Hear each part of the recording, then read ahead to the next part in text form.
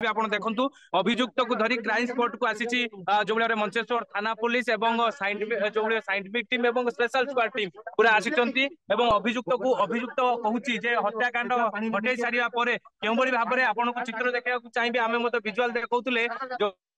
भाव से जो प्लास्टिक बैग आप चित्र देखुं से बैग को एठारे से खंडा सहित फोपाड़ी देखो अभियुक्त एवं पानी भितर को जाऊँगी से खंडा को एवं सेठार जबत कर हत्याकांड व्यवहृत खंडा को पुलिस एवं जबत कर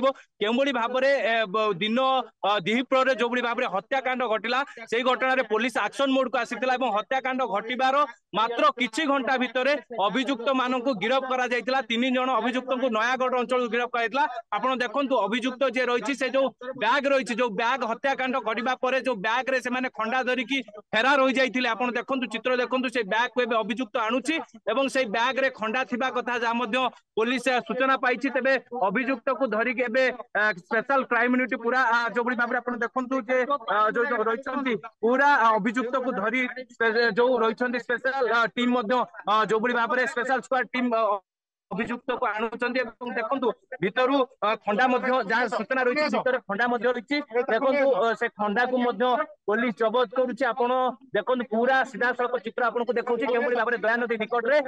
खंडा को से माने फिंगी नयागढ़ जो रही नयागढ़ को पळै जाइथिले आपन को चित्र देखौछि जो बाइक रे से माने जो बैग सहित खंडा को धरिके पळै जाइथिले से बैग को पानी भितरु